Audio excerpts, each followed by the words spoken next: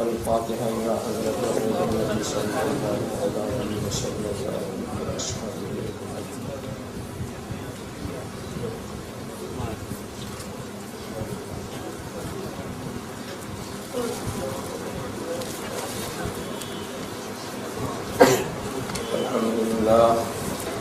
الحمد لله الذي قال في شان حبيبه الكريم عليه التحية والتسليم.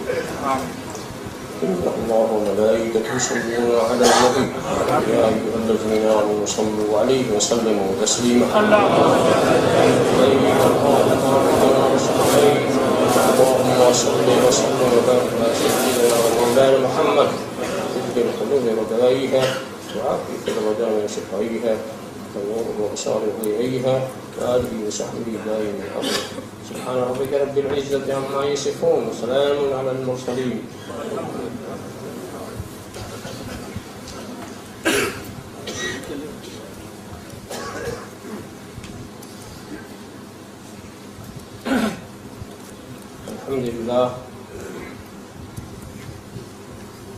الحمد لله الذي يبدع الأحداث والعظيم. الصلاة والسلام على من كان نبيا وآدم بين المعرفتين وعلى آله وأصحابه أجمعين برحمتك يا أرحم الراحمين. أما بعد، أعوذ بالله من الشيطان الرجيم. بسم الله الرحمن الرحيم. قال إن كنتم تحبون الله فاتبعوني يحببكم الله. صدق الله العظيم وصدق رسوله النبي الكريم ونحن على ذلك لمن الشاهدين والشاكرين والحمد لله رب العالمين. بارك الله لنا ولكم في القرآن العظيم ونفعني إياكم بالآيات والذكر الحكيم إنه تعالى جواد كريم ملك له رؤوف رحيم.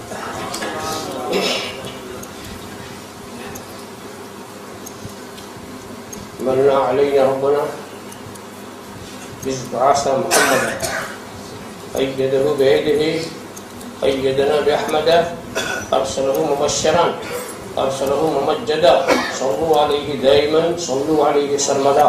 اللهم صل على سيدنا محمد.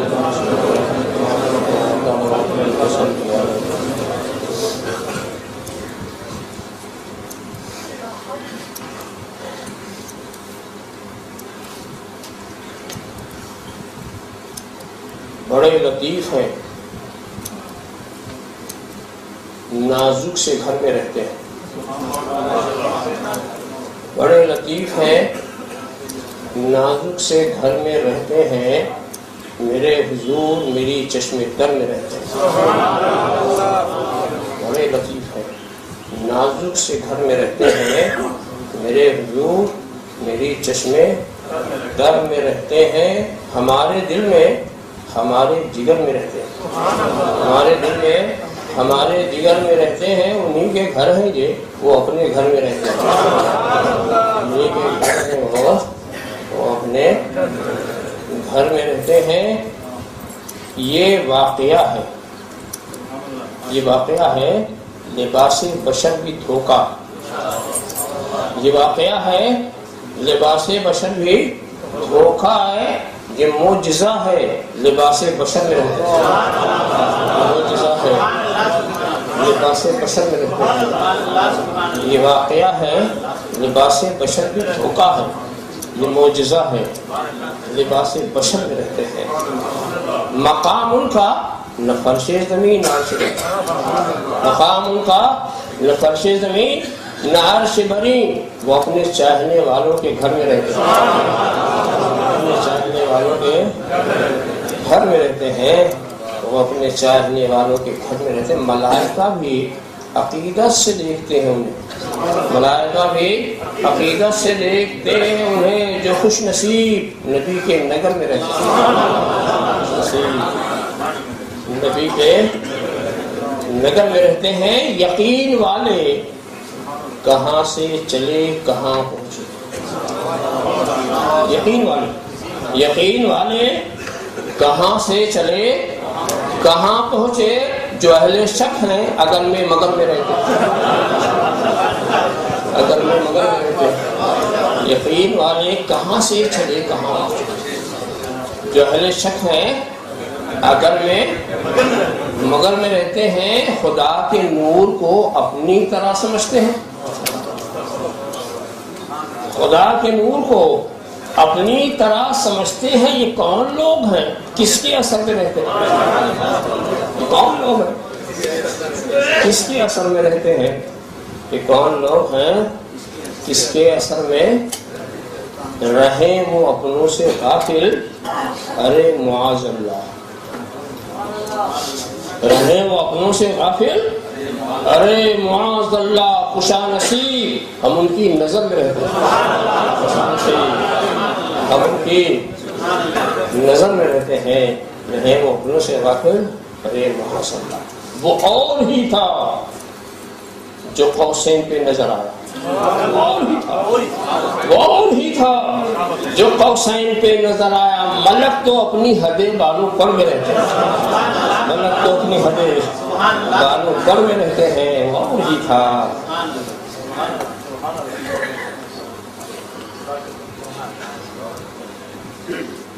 نبی کی یاد میں اختر جو صبح و شام کرے،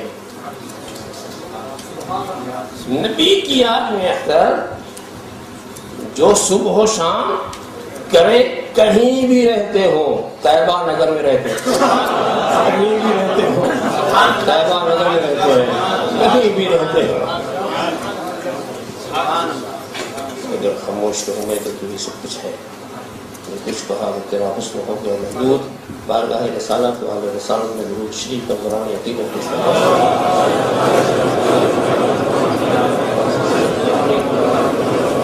ایک بار اور حدیث رات کو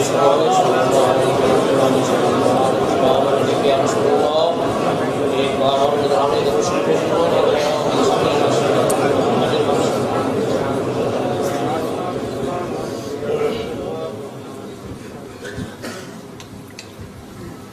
میں نے قرآن کریم کی جس مشہور و معروف آیت کریمہ کو آج کے لیے سرنامہ بیان قرار دیا ہے، پوری طور سے مجھے اس بات کا خیال ہے کہ اسی جگہ، اسی مجلس کو اسی آیت کریمہ کہ انوار و برکات سے روشنی میں نے حاصل کی تھی،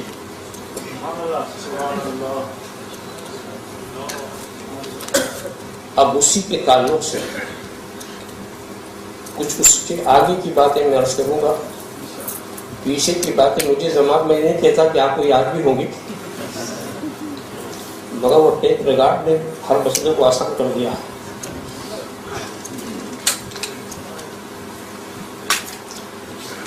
ترجمہ تو وہی کہ میں کو فرما دو، محبت الہی کی ان دعوے داروں سے کہ اگر واقعی تم اللہ کے چاہنے والے ہو تو میری اتباع ہے، اللہ تمہیں محبوب بنا۔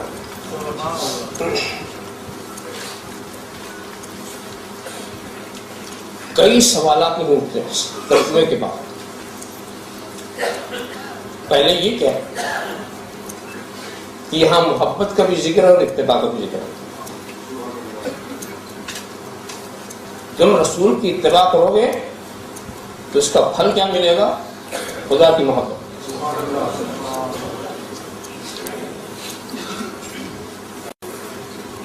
دوسری جگہ اطیعوا اللہ واطیعوا الرسول، اطاعت کا لفظ آیا۔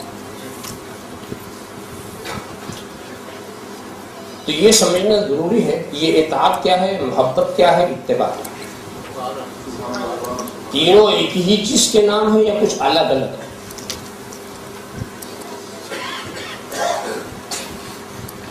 ان میں فرق کیا ہے؟ اطاعت اور اتباع میں کیا فرق ہے؟ اطاعت اور محبت میں کیا فرق ہے؟ محبت اتباع میں کیا نسبت ہے؟ اور یہ فرق سمجھنا اس لیے ضروری ہے کہ جب رسول کی محبت کی بات کی جاتی ہے تو ایک طرف سے یہ آواز اٹھتی ہے کیا محبت کی رٹ لگا رہے ہو، بس اطاعت کرو۔ بس یہی ہے محبت. بس رسول کی پیروی کرو، یہی محبت. جو چیز محبت کی علامت ہے اس کو محبت بتا. ان کی سمجھ میں نہیں آتا کہ پھل کیا ہے، ثمرہ کیا ہے، درخت کیا ہے، ثمرہ کیا ہے، بیج کیا ہے، درخت کیا ہے. تو اس لیے پہلی بات تو یہ سمجھ لینا چاہیے کہ آخر کیا، جہاں اطاعت وہاں محبت، جہاں محبت وہاں اطاعت، یا جہاں اتباع وہاں اطاعت. تو پہلے سب کے الگ الگ مفہوم واضح ہونے چاہیے. محبت کا معنی ہم کہہ تو سکتے ہیں، مگر یہ ایک ایسی وجدانی کیفیت ہے کہ اس کو ہم آپ کے دماغ کے اندر اس کیفیت کو سمجھانا چاہے تو مشکل ہے. طبیعت کا میلان اور محبت کی فطرت یہ ہے کہ کمال اور جمال کی طرف اس کا میلان ہوتا ہے.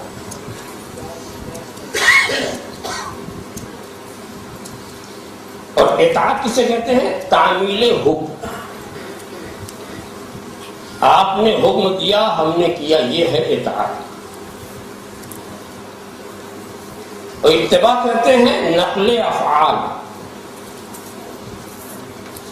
آپ نے کچھ کیا، ہم نے ویسے ہی کیا، یہ ہے اتباع.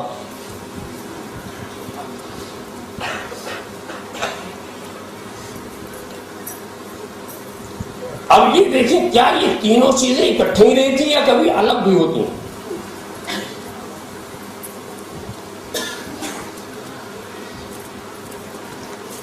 یاد رکھیے، پہلے آپ اطاعت اور محبت کو سمجھ لیں. یہ ضروری نہیں ہے کہ جہاں محبت ہو وہاں اطاعت بھی،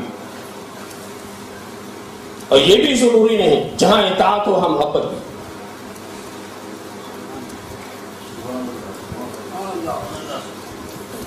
ہر باپ اپنے بیٹے سے محبت کرتا ہے، بیٹے کی اطاعت نہیں کرتا.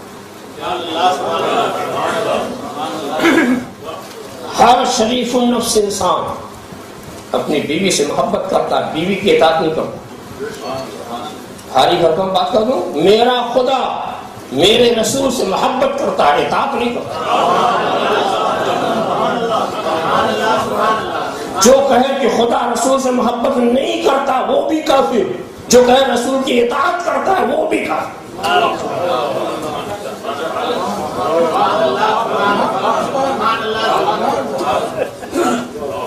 دیکھیے بھی اطاعت اور چیز ہے اور کسی کی رضا چاہنا اور ہے، کسی کو خوش کرنا اور ہے. اس کو اطاعت نہ سمجھ لیجیے گا. اگر خدا نے طے کر لیا کہ میں اپنے محبوب کو راضی ہی رکھوں گا، یہ اطاعت نہیں ہے، یہ محبت ہے. تو دیکھیے اطاعت نہیں رہی نا، محبت تو ہے، اطاعت نہیں. اور ایک چیز اور بتا دوں، یہ منافقین جن سے کہا کہ الصلاۃ کی نماز پڑھنے لگے، کہا کچھ زکات دینے لگے، احکام کی اطاعت کرنے لگے. اطاعت تو کر رہے ہیں مگر محبت نہیں ہے. اطاعت کر رہے ہیں مگر محبت نہیں ہے. معلوم ہوا اگر اطاعت محبت سے خالی ہو تو وہ منافقت ہے، اور محبت اگر اطاعت سے خالی ہو. اب اس چیز کو اچھی طرح سے سمجھے. تو منافقین اطاعت تو کر رہے تھے، مسئلہ تھا محبت نہیں تھی، محبت نہیں تھی. تو کبھی ایسا ہوتا کہ اطاعت تو ہوتی ہے، محبت نہیں ہوتی. اور اطاعت کا تو عجیب عالم، لوگ کبھی محبت میں اطاعت کرتے ہیں، کبھی لالچ میں کرتے ہیں، اور کبھی خوف سے کرتے ہیں. خوف سے کرتے ہیں. کسی ملک میں جو کبھی ایمرجنسی نافذ کرتے ہیں سبھی اطاعت کرتے ہیں، محبت میں خوف سے. لہذا یہاں جس محبت کی بات ہوتی ہے یہ وہ نہیں جو خوف والی ہو، جو لالچ والی ہو. محبت والی ہو، بلکہ وہ اطاعت ہو جو محبت والی. اچھا جناب والا، میں اور فرق دکھا دوں کہ کہیں اطاعت اور ہے محبت اور ہے۔ اطاعت اور ہے، واقعہ بہت ہی مشہور ہے، صرف اشارہ کر کے گزر جاؤں گا۔ حضرت ایوب انصاری رضی اللہ تعالیٰ، ان کے مکان پہ سرکار جلوہ افروز ہوتے ہیں۔ یہ تو ہجرت کی بات، مکان ایسا تھا ایک منزل نیچے ایک اوپر۔ حضرت ایوب چاہتے تھے میں نیچے رہوں، سرکار اوپر رہا۔ حضور نے کہا نہیں تم اوپر جاؤ، میں نیچے رہتا ہوں۔ اوپر گئے، پھر خیال آیا میں اوپر رسول نیچے، جا کے گوشے میں کھڑے ہو گئے۔ اور اس کے بعد پھر خیال آتا کہیں سرکار اس گوشے میں نہ آگے ہو تو دوسرے گوشے میں جا کے کھڑے ہو۔ رات بھر جیسے جیسے خیال بدلتا رہا گوشے بدلتے رہے۔ واقعہ تو اسی قدر، مگر اگر آپ پوچھیں اوپر کیوں گئے، جواب ہے اطاعت لینے۔ رات بھر کیوں نہیں سوئے، محبت میں نہیں سوئے۔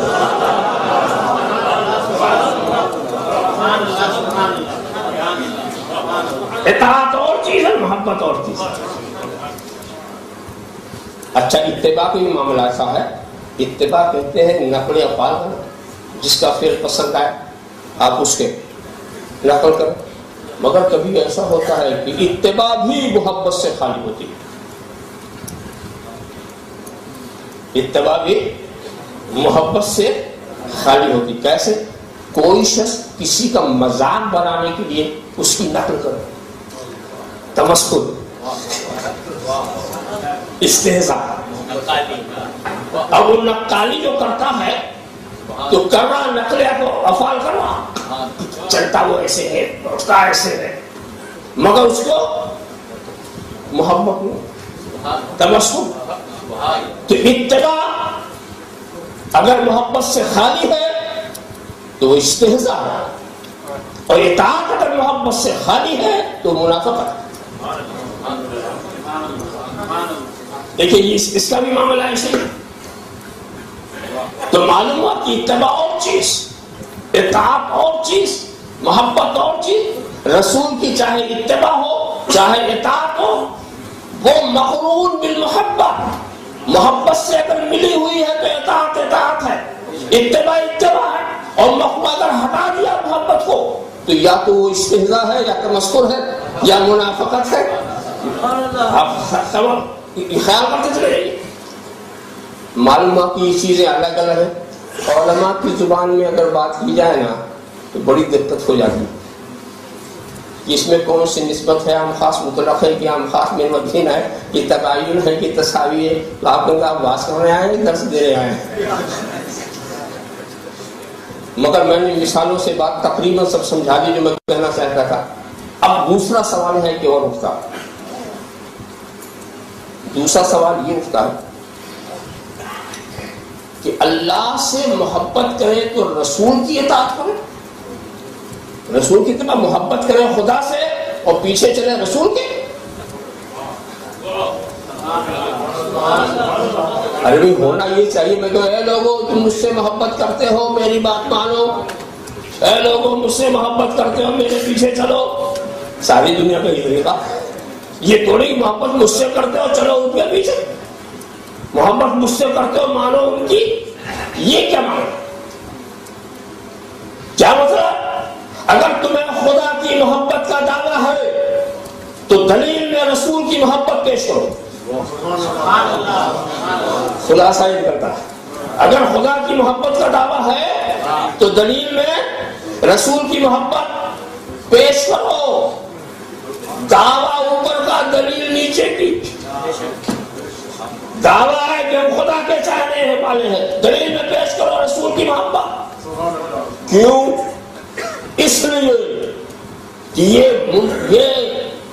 ممکن ہے بلکہ واقع بھی ہے کہ ایک شخص خدا کی محبت کا دعویٰ کرے مگر رسول کی محبت کا دعویٰ بھی نہ کرے، جیسے یہودی کرتے ہیں، جیسے عیسائی کرتے ہیں، جیسے مجوسی کرتے ہیں۔ انہیں خدا کی محبت کا دعویٰ ہے مگر یہ رسول کی محبت کا دعویٰ بھی نہیں ہے، مگر یہ ناممکن ہے، کہ کوئی رسول کی محبت کا دعویٰ کرو خدا کو نہ چاہے. دنیا میں ایک بھی مثال نہیں کہ فلاں شخص رسول کو چاہتا ہے خدا کو نہیں چاہتا. تو ایسا یہ ناممکن کہ کوئی رسول کی محبت کی بات کرے اور وہ خدا کا چاہنے والا نہ ہو. دعویٰ اوپر کا دلیل. اسی سے سبق حاصل کرتے ہوئے قدم اور بڑھائیے. اگر تمہیں یہ دعویٰ ہے کہ تمہیں رسول سے محبت ہے تو صحابہ اہل بیت کی محبت دلیل میں پیش کرو. صحابہ اہل بیت کی محبت دلیل میں پیش کرو. اس لیے کہ یہ ہو سکتا ہے کہ کوئی رسول کی محبت کا دعویٰ کرنے والا رسول کے صحابہ کو گالیاں دے, رسول کے اہل بیت کو نیزہ دکھائے. یہ ہو سکتا ہے مگر ایسا ناممکن ہے کہ کوئی اہل بیت و صحابہ کا چاہنے والا رسول کو نہ چاہے. دعویٰ اوپر کا دلیل نیچے کا, دعویٰ اوپر کا دلیل نیچے کی. اور اگر تم اہل بیت اور صحابہ کی محبت کا دعویٰ کرتے ہو تو ائمہ مجتہدین کی محبت دلیل میں پیش کرو. ائمہ مجتہدین کی محبت دلیل میں پیش کرو. اس لیے کہ ایسا ہو سکتا ہے کہ ایک شخص صحابہ اہل بیت کی محبت کا دعویٰ کرے. دیکھیں میں سچا دعویٰ جھوٹا دعویٰ کی بات نہیں کرتا, میں صرف دعوے کی بات کرتا ہوں. اہل بیت اور صحابہ کی محبت کا دعویٰ کرے مگر حنفی بننے کو تیار نہ ہو, شافعی کے نام سے درستہ ہو, مالکی حنبلی ہونے کو ناپسند کرتا ہو, ائمہ مجتہدین کی گستاخی کرتا ہو. مگر یہ ناممکن ہے کوئی حنفی, کوئی سچا شافعی, کوئی سچا نقشبندی, کوئی سچا سہروردی, یہ ناممکن ہے کہ صحابہ اہل بیت کے چاہنے والے نہ ہو. اور ایسے ہی اگر ائمہ مجتہدین کی محبت کا آپ کو دعویٰ ہے تو ائمہ طریقت کی محبت دلیل میں پیش کرو. ائمہ طریقت کی محبت دلیل میں پیش کرو. اس لیے ایسا بھی ہو سکتا ہے کہ کچھ لوگ مصلحتاً اپنے کو حنفی کہہ لیتے ہو, مصلحتاً اپنے کو نقشبندی کہہ لیتے ہو, مصلحتاً اپنے کو کسی سلسلے سے وابستہ کر لیتے ہو, مگر جناب والا قادری کے نام سے درستے ہو, چشتیت کے نام سے گھبراتے ہو, نقشبندیت و سہروردیت سے دور بھاگتے ہو. ایسا ہو سکتا ہے مگر کوئی نقشبندی, کوئی سہروردی, کوئی چشتی, کوئی قادری ایسا نہیں ہو سکتا جو ائمہ مجتہدین کا احترام نہ کرتا ہو, ان کی تعظیم نہ کرتا ہو. چلے گا ایک ہی کے پیچھے, مانے گا سب کو. کلمہ ہم پڑھیں گے ایک رسول کا, مانیں گے سب کو. کلمہ پڑھنا اور سارے نبیوں کا ماننا اور ہے, سارے رسولوں کا ماننا اور ہے. تو بات سمجھ میں آتی چلی جا رہی ہے. دعویٰ اوپر کا دلیل نیچے. اب جا کے ایک بات سمجھ میں آ گئی. بات کیا سمجھ میں آ گئی؟ میں نے دیکھا کہ آپ لوگ نعرے بہت لگاتے ہیں, اور ایک نعرہ تو ایسا ہے جو ہندوستان, پاکستان اور انگلستان جدھر جاؤ سب جہاں ملتا, غوث کا دامن نہیں چھوڑے, خواجہ کا دامن نہیں چھوڑے. ارے بھائی جب نہیں چھوڑنے کی بات تھی تو آپ کیوں نہیں کہتے رسول کا دامن نہیں چھوڑیں؟ یہ بھی تو نعرہ بن سکتا. کیوں نہیں کہتے کہ صدیق اکبر کا دامن نہیں چھوڑیں گے؟ وہاں سے کیوں نہیں چھوڑتے؟ صحابہ کا دامن نہیں چھوڑیں گے, اہل بیت کا یہ کیا, تو یہاں غوث کا دامن نہیں چھوڑیں گے, خواجہ کا دامن نہیں چھوڑیں گے. تو قصہ یہ ہے کہ اس میں بھی یہ نقطے کی بات ہے,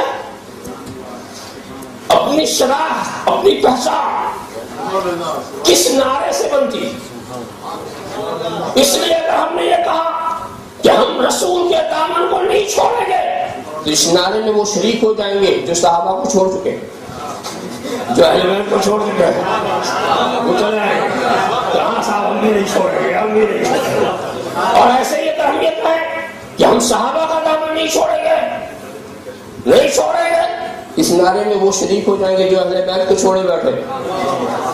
ہم یہ کہیں اہل بیت کا دامن نہیں چھوڑیں گے تو اس نعرے میں وہ لوگ بھی شریک ہو جائیں گے جو صحابہ سے دشمنی رکھتے ہیں. اب معلوم کہ غیر اپنے میں آ رہا, ایسا نعرہ لگاؤ یہ کنارے ہو جائے, ایسا نعرہ لگاؤ یہ کنارے ہو جائے. تو ہم نے یہ کہہ دیا کہ ہم غوث کا دامن نہیں چھوڑیں گے, ہم خواجہ کا دامن نہیں چھوڑیں گے. جب خواجہ کو نہیں چھوڑیں گے تو صحابہ کا کہاں چھوڑیں گے, اہل بیت کا کہاں چھوڑیں گے, ائمہ طریقت کا کہاں چھوڑیں گے, ائمہ مجتہدین کا کہاں چھوڑیں گے, پھر رسول کا کہاں چھوڑیں گے. ہم آ جائے تو رسول تک سارا دامن ہاتھ میں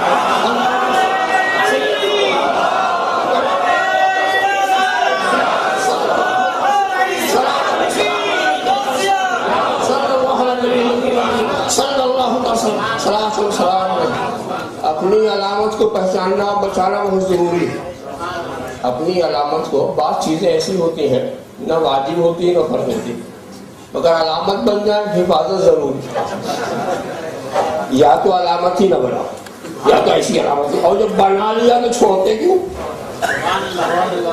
میں اس واقعے کو اکثر بیان کیا کرتا ہوں، میرے ساتھ ہوا تو کبھی نہیں بھولتا، کبھی نہیں بھولتا، ہمیشہ. گجرات کا واقعہ، یہ ابتدائی دور کی بات ہے. ایک مقام وہاں بیرپور ہے، وہاں مجھے جانا تھا. الند ایک مشہور گجراتی لوگ سب جانتے ہیں. وہاں سے ٹرین بدلنی تھی. جو ملا جی نے مجھے بلایا تھا وہ کسی کام میں لگ گئے، کسی اور کو بھیجا جو مجھے نہیں جانتا، نے دیکھا نہیں. تو انہوں نے کہا میں تو جاؤں گا، پہچانوں گا کیسے؟ کیا پہچان لوں؟ آسانی سے پہچان لوں. تو انہوں نے بتایا کہ اس طرح کے لباس میں ٹرین سے اترتے. تو وہاں پر میں نے دستور یہ بنا لیا تھا کہ جس لباس میں آپ مجھے دیکھ رہے ہیں اسی لباس میں ٹرین سے اترتا. ایک پہچان بن گئی تھی. کہیں سے بھی آئے تو اسی لباس کے اندر آتے تھے. انہوں نے کہا وہ ایسا لباس ہے کہ اس کے سوا کسی کا نہیں ہو، تم دیکھتے ہی پہچان لو. اب وہ اطمینان سے اور اس کے سوا کچھ نہیں پوچھا چل گیا. اتفاق ہے کہ جب ہم آنند پہنچے اس سے پہلے ہی یہ ساری چیزیں پیٹی کے اندر تھی، یہ سب کچھ. اور میں کرتے اور لنگی میں تھا اور ٹوپی پہنے ہوئے تھا. میں جب اترا تو کوئی پہچاننے والا نہیں، کوئی پہچاننے والا نہیں. اور اس کے بعد میں پریشان، پہلے تو ادھر ادھر چکر کرتا رہا. پھر سوچا چلو بھائی ٹرین اس طرف سے جاتی ہے. وہاں گیا، ایک ڈبے میں بیٹھ بھی گیا، پھر نیچے اترتا ہوں، پھر اوپر چڑھتا ہوں. اس لیے کہ اگلے اسٹیشن پہ اترنے کے بعد پھر کدھر جانا، کوئی شخص ایسا نہیں. جب میں مرتا اترا تو ایک صاحب آیا، آپ کہاں سے آ رہے، کہاں جا رہے؟ میں نے بتایا. اچھا آپ کا نام یہ؟ ہاں. میں آپ کو لینے آیا. ارے آپ کہاں تھے؟ کہا جب آپ ٹرین سے اترے تھے تو میں سامنے ہی تھا. پہچانا نہیں، اس لیے کہ ملا جی نے جو پہچان کرائی تھی وہ چیز نظر نہیں آئی. ملا جی نے جو پہچان کرائی تھی وہ چیز نظر نہیں آئی.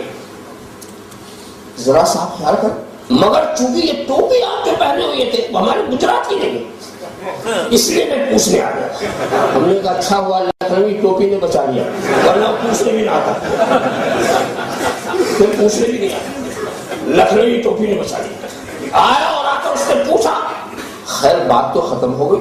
میں راستے پر سوچتا رہا، میں اس راستے پر سوچتا رہا کہ اس طرح کا لباس پہننا نہ فرض ہے نہ واجب، اس طرح کا رومال لینا نہ فرض ہے نہ واجب، اس طرح کی چھڑی لے کے چلنا نہ فرض ہے نہ واجب. مگر جب میں نے اس کو اپنی علامت بنا لیا، چھوڑنے کا یہ نتیجہ نکلا. چھوڑنے کا یہ نتیجہ نکلا. پہلے فارم کا چکر لگانا پڑے گا، پریشانیوں کا سامنا کرنا پڑا. ارے چھوڑنا تھا تو علامت کیوں بنایا، اور بنا لیا تو چھوڑتے کیوں، بنا لیا تو چھوڑتے کیوں. ایک بات دل میں سن لو، پہچان کرانے والے نے تو پہچان کرایا تھا صحیح، مگر میں اس پہچان میں نہیں تھا، نہ پہچان سکا. معلوم ہوا کہ یاد رکھو پہچان کرانے والے کو بھی سمجھ لینا کہ کون کس کی پہچان کیا کرا رہا ہے، کون کس کی پہچان کیا کرا رہا ہے. کہیں ایسی پہچان لے کے قبر میں مت جانا کہ رسول کو دیکھو اور پہچان نہ سکو.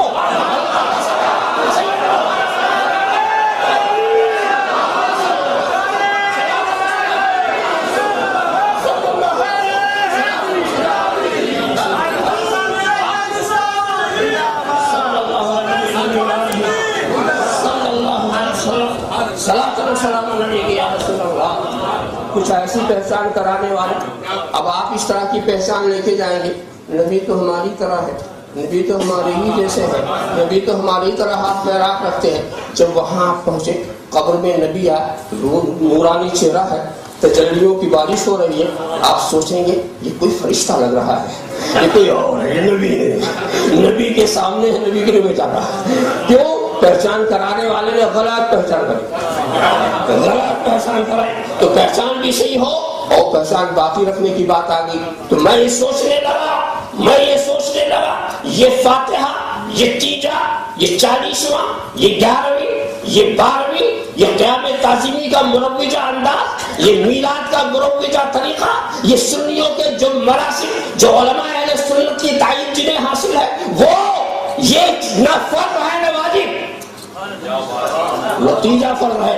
نہ ایثار ثواب کرنا تمہارے اوپر فرض ہے، نہ چہلم فرض ہے، نہ 11ویں فرض ہے، نہ 12ویں فرض ہے، نہ 6ویں فرض ہے، نہ آراس مقدسہ فرض ہے. یہ سب کچھ فرض نہیں ہے، نہ واجب ہے نہ فرض ہے. مگر اس عہد میں ان معمولات کو سنیوں نے اپنی علامت بنا لیا ہے، اپنی پہچان بنا لیا ہے، اپنی پہچان بنا لیا ہے. آپ اس کو قائم رکھنا لازم.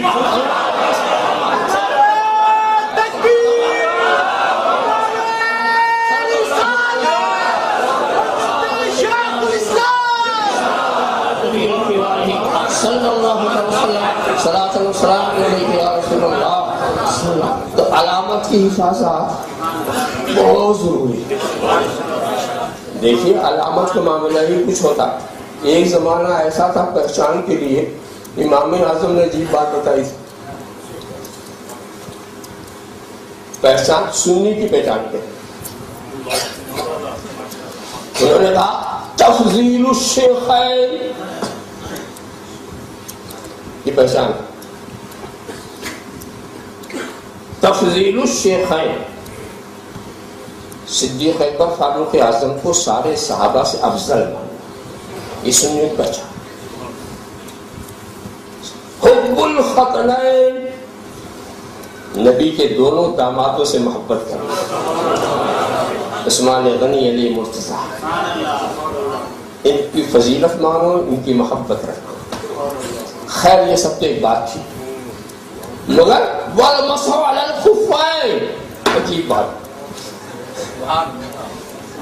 خف کے اوپر وہ چمڑے کا موزہ ہوتا تھا، یہ جو موزہ پہنتے یہ نہیں، اس چمڑے کا موزہ ہوا کرتا تھا. اب بھی کچھ لوگ اس کو پہنتے ہیں. اس پر مسح کرنا، اس پر مسح. اس کا مسئلہ بس یوں سمجھ لیجیے، آپ نے وضو کر لیا، اس کو پہن لیا. اگر آپ مقیم ہیں تو 24 گھنٹے، مسافر ہیں تو 3 دن. آپ کو یہ چھوٹ ہے کہ جب جب وضو کی ضرورت ہو آپ ہر چیز دھوئے اور اس پر مسح کر لیں. اس کی حیثیت کیا ہے؟ یہ مسح کر لینا آپ کے لیے کافی، مگر اگر اتار کر کے دھوئے تو افضل ہے.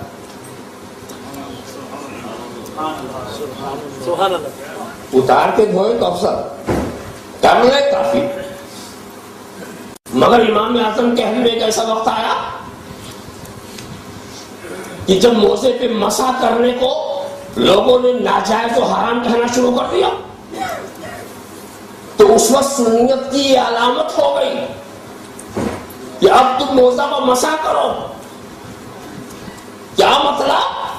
علامت ایسی ہوتی ہے کہ افضل کو چھوڑا، افضل کا ترک کیا اور مسح کیا تو یہ سنیت کی پہچان ہوگی. ترک افضل سنیت کی پہچان، سمجھا؟ مگر آپ یہ دیکھیں یہاں کے معاملہ تو دعویٰ اوپر کا، دلیل نیچے کی، اپنی پہچان باقی رکھو. یہاں پر ایک تیسرا سوال اور آتا ہے کہ ہمیں حکم ہے کہ رسول کی اتباع کریں. اسی کے ساتھ میں مختصر اور پہلو کی طرف آپ کی توجہ لے جانا چاہتا ہوں. رسول کی اتباع کریں. اب مجھے ایک بات بتائیں، اتباع کہتے ہیں نقل افعال ہی کو نا، یعنی جیسا رسول کریں ویسا کرو، یہی کہیں. اب ہم پوچھتے ہیں یہ تو حکم ہے بھی، یہ تو کرنا ہی پڑے گا، مگر سوچتے ہیں کس بات میں اتباع کریں. عقلی طور پر میں غور کرتا ہوں تو رسول کی اتباع ناممکن. کس بات پر؟ انتہا کی بات عرض کرو، کلمہ پڑھنے میں تم رسول کی اتباع کرو گے؟ جو رسول کا کلمہ ہے وہ پڑھو گے، رسول کا کلمہ کیا ہے؟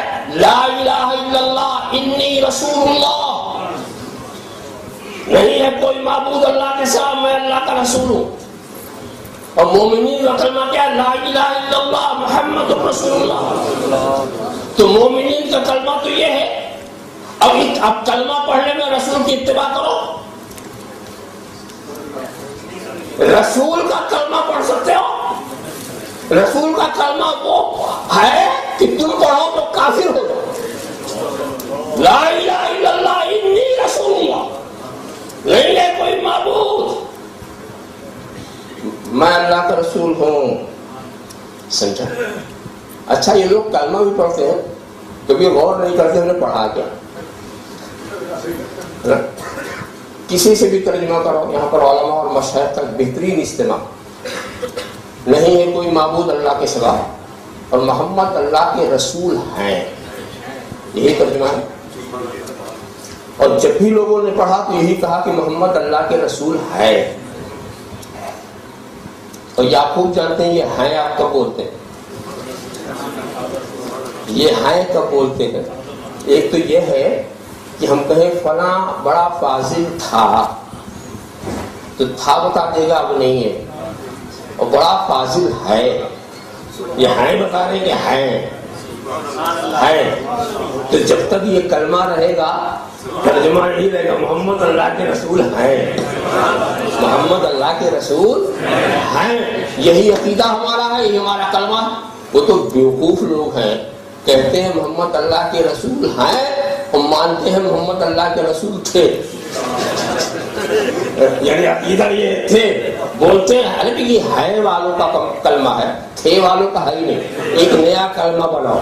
عقیدہ بدلنا ہی ہے تو عقیدے کے ساتھ ساتھ کلمہ بھی بدل دو، اس لیے تو یہ ہے والوں کا کلمہ۔ تو محمد اللہ کے رسول ہے تو کیا رسول کا کلمہ جو رسول پڑھ سکتے ہو آپ پڑھیں گے؟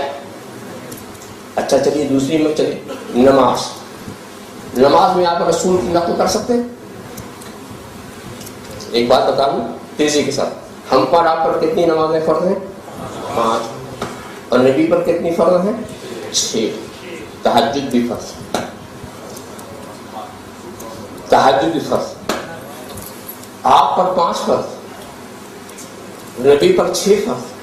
آپ اگر یہ کہیں گے کہ جناب ہم بھی تہجد پڑھ سکتے ہیں، ہم کہیں گے آپ تو پڑھیں گے تو نفل کی نیت سے، نبی پڑھیں گے تو فرض کی نیت سے، جب نیت بدل گئی تو اتباع کا، پہلی تو وہی جیسا وہ ہے ویسا کرو، جو ان کی نیت وہی تمہاری نیت ہو۔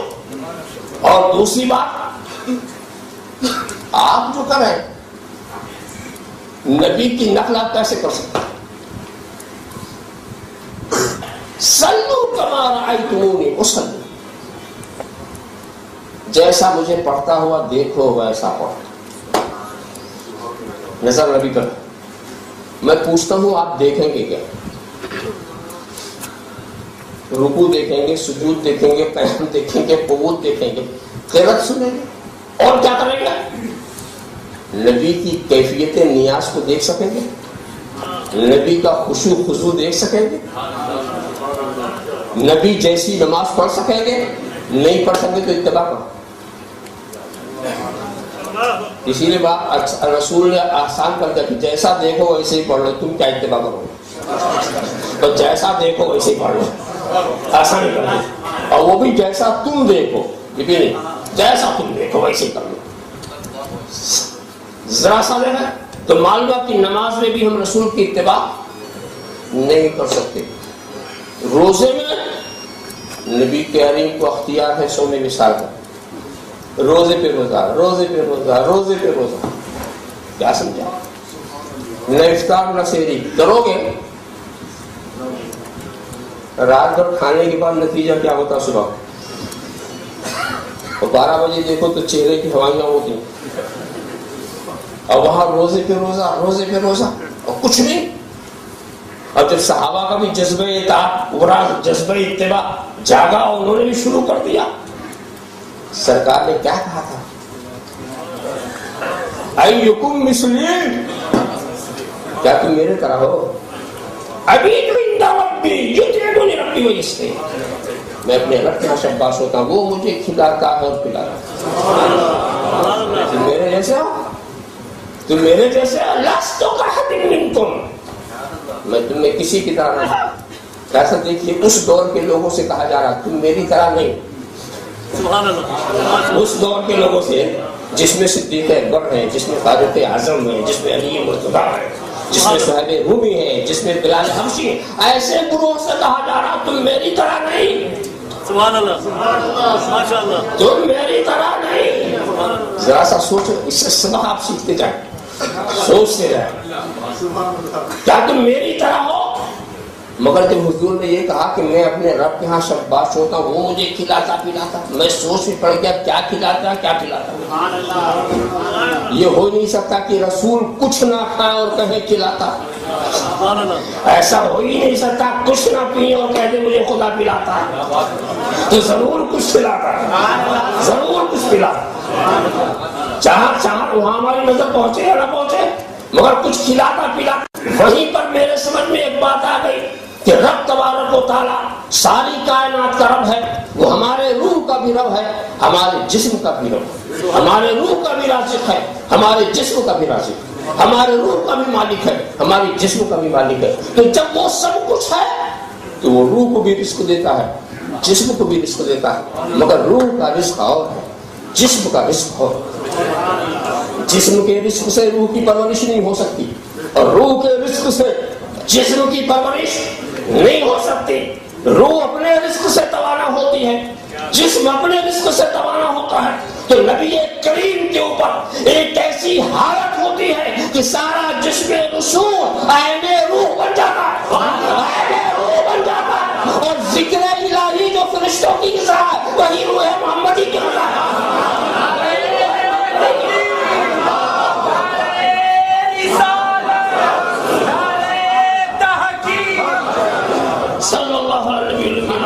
صلی اللہ علیہ وسلم، صلاۃ و سلام علیک یا رسول اللہ۔ اور مجھے اس موقع پر یہ بات بھی یاد آ گئی کہ حضرت آدم کو جنت میں رکھا گیا اور کہا اے آدم رہو، اپنی زوجہ کے ساتھ رہو، جو چاہو کھاؤ پیو، جو چاہو کھاؤ پیو، حضرت آدم کو اختیار کرو، اور حیث شئتم، جو چاہو تم وہ کھاؤ پیو۔ کیا مطلب؟ حضرت آدم کے لیے قانون تھا کہ چاہنا بھی انہی کو ہے، کھانا بھی انہی کو ہے، تم جو چاہو وہ کھاؤ، مگر محبوب تمہیں چاہنے کی بھی ضرورت دوں گا، میں جو چاہوں گا وہ کھلاؤں گا۔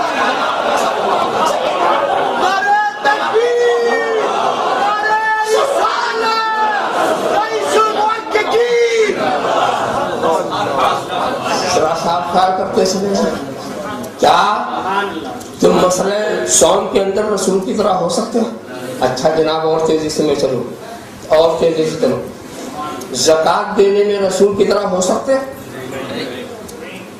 سر ہلا دے رہو، سمجھ نہیں رہے۔ دیکھو کیوں نہیں ہو سکتے؟ اس لیے نہیں ہو سکتے کہ ہم میں جو صاحبان نصاب ہیں ان پر زکوٰۃ فرض ہے، حولان حول کو ہے فرض، مگر نبی کے اوپر زکوٰۃ دینا فرض ہی فرض۔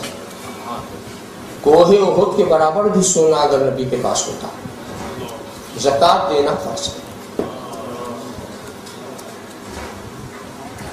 ایک تو کچھ ایسے ہیں جو سب کچھ خدا کی راہ میں خرچ کر دیتے ہیں، اس لیے وہ زکوٰۃ دینا ان پر فرض نہیں ہوتا، مگر سرکار تو ہے ہی، چاہیں تو سونے کے پہاڑ ساتھ ساتھ چلائیں، سمجھو، اسی کو فقر اختیاری کہتے ہیں۔ زکوٰۃ دینا، حالانکہ سوچو زکوٰۃ دینے میں تو کوئی بظاہر عیب نظر نہیں آتا، لینے میں تو آپ سکھی مان بھی سکتے، زکوٰۃ لینا تو سادات کے لیے زکوٰۃ لینا تو حرام ہے، خانواد نبوت کے لیے، چاہے وہ عباسی ہو، چاہے وہ عالمی ہو، چاہے وہ فاطمی، زکوٰۃ لینا، آپ سادات کو زکوٰۃ دیں گے، زکوٰۃ ادا بھی ہوگی۔ یہ بھی نبی کی دور اندیشی دیکھیے، انصاف دیکھیے۔ اگر نبی نے زکوٰۃ کو فرض کر کے اپنی اولاد کو لینا جائز قرار دیتا تو پھر ساری دنیا کہتی نبی نے قیامت تک کے لیے بچوں کا انتظام کر دیا. قیامت تک کے لیے بچوں، اب ساری قوم کی زکات انہیں کے گھر چلی جائے گی.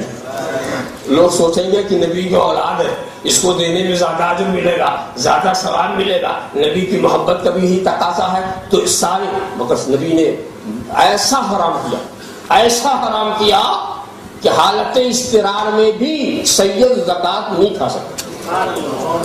حالت اضطرار میں جبکہ حرام گوشت بھی، سور و خنزیر کا گوشت بھی جان بچانے کی حد تک استعمال کر سکتا ہے، زکات نہیں استعمال کر سکتا. زکات نہیں استعمال کر سکتا حالت حرام میں.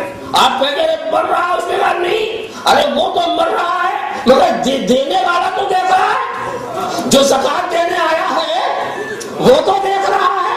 40 روپیہ اس کو کبھی تو ایک نکال رہا ہے، 40 روپیہ اس کے پاس ہے جبھی تو 40 نکال رہا ہے. وہ مر جائے گا اور اس لیے دینے والا پکڑا جائے گا کہ ارے رسول تیرے سامنے بھوکی پیاسی چلی گئی، تو نے 40 کیوں دیا؟ مجھے تیرے پاس 45 تھا اس میں سے کیوں نہیں دیا؟ مجھے تیرے پاس 45 تھا اس میں سے کیوں نہیں دیا؟ تو معلوم ہوا راستہ ایک ملنے کا ضرور ہے. اس لیے ان کو زکات حالت اضطرار میں اتنا سخت، تو خیر وہ بات الگ ہے. مگر دینے کی بات آئی تو سید کو بھی دینا. اگر سید صاحب نصاب ہے تو دینے میں کوئی ایسی بات نہیں، مگر رسول کو دینا بھی فرض نہیں. رسول کا دینا بھی فرض نہیں. اس میں صرف نقطے کی بات یہ ہے کہ رسول دے تو کس کو دے؟ ابھی دیں گے تو کسی کو دیں گے؟ کس کو دے؟ اور مسئلہ یہ ہے کہ کوئی شخص اپنے غلام کو زکات نہیں دے سکتا. اپنے غلام کو زکات نہیں دے سکتا. غلام کو، کیونکہ آپ غلام کے بھی مالک ہیں، اس کے مال کے بھی مالک. اب اس کو زکات دینے کا مطلب یہ ہوا کہ اپنی پیٹی سے نکالا دوسری پیٹی میں رکھ دیا، اس کے بھی آپ مالک، وہ آپ کی ملکیت سے نہیں نکلی. تو آپ سوچو رسول زکات تو دے، کس کو دے؟ مومنین ہی کو دیں گے. اور مومنین کا حال یہ ہے النبی اولی بالمومنین من انفسہم، النبی اولی بالمومنین، نبی مومنین کی جان مال سے زیادہ مالک ہے، سب سے زیادہ مالک ہے. تو یہ سارے مومنین رسول کے غلام ہیں اور ان کا مال یہ بھی رسول کے ہیں، ان کا مال بھی رسول کا ہے. تو کوئی اپنے غلام کو زکات نہیں دیتا، کوئی اپنے غلام کو زکات نہیں دیتا. اچھا دیکھو، تو اگر رسول یہ کہیں کہ مجھ پر زکات فرض نہیں، کچھ نہیں، تم کہو صاحب نصاب ہو کر کے مجھ پر زکات فرض نہیں، کافر. تو مسئلہ زکات میں بھی تم رسول کی طرح نہیں، نماز میں بھی رسول کی طرح نہیں. اب سوچو حج کے معاملے میں بہت تفصیلات ہیں. اب 3-4 منٹ کا معاملہ ہے تو صرف تیزی سے بتا دوں. ایک چیز بتاؤ، اور اس میں بھی بہت گہرائی تک نہیں جاؤں گا. جتنا عمل آپ وہاں کرتے ہیں کیوں کرتے ہیں؟ طواف کیوں کرتے ہیں؟ نبی نے کیا. صحیح کیوں کرتے ہیں؟ نبی نے کیا. عرفات میں کیوں گئے؟ نبی نے کیا. مغرب کے بعد نماز مغرب کیوں چھوڑی؟ نبی نے چھوڑا. مزدلفہ میں قضا کے وقت ادا کیوں پڑی؟ نبی نے کیا. جو نبی کرتے جائے. اور اس کے بعد ہم یہ پوچھتے ہیں کہ حجر اسود کا بوسہ جس کو نصیب ہوا اس نے کیوں چنا؟ نبی نے چنا. تو ہمارے سارے اعمال کی وجہ نبی کا عمل. ہمارے سارے اعمال کی وجہ کیا ہے؟ نبی کا عمل. اور نبی نے ایسا کیوں کیا؟ ہم نے حجر اسود اس لیے چوما کہ نبی نے چوما. نبی نے کیوں چوما؟ اس کی بھی کوئی وجہ ہوگی نا، اس کی بھی کوئی وجہ ہوگی. تو وہ وجہ اور ہمارے چومنے کی وجہ اور تو پتہ نہیں ہے. نبی کے چومنے کی کوئی بھی وجہ ہو مگر وہ اور ہمارے چومنے کی وجہ نبی کا عمل. تو جب وجہ بدل گئی تو اتباع کہاں؟ گئی تو اتباع کہاں؟ اتباع ناممکن. اور کہا جا رہا فاتبعونی، اتباع کرو. اس حساب سے دیکھا جائے تو بس وہاں مفہوم وہی ہوگا دوستو جس کو آپ اطاعت کے نام سے جانتے ہیں کہ نبی جو حکم دے وہ، نبی جو کرے وہ کرو، کتنا پانی ہو جائے گا. نبی جو حکم دے وہ کرو، محبت کے ساتھ، محبت کے ساتھ کرو، نبی کی پیروی کرو، نبی کی اتباع کرو. قُلْ إِن كُنتُمْ تُحِبُّونَ اللَّهَ فَاتَّبِعُونِي يُحْبِبْكُمُ اللَّهُ وَآخِرُ دَعْوَانَا الْحَمْدُ لِلَّهِ.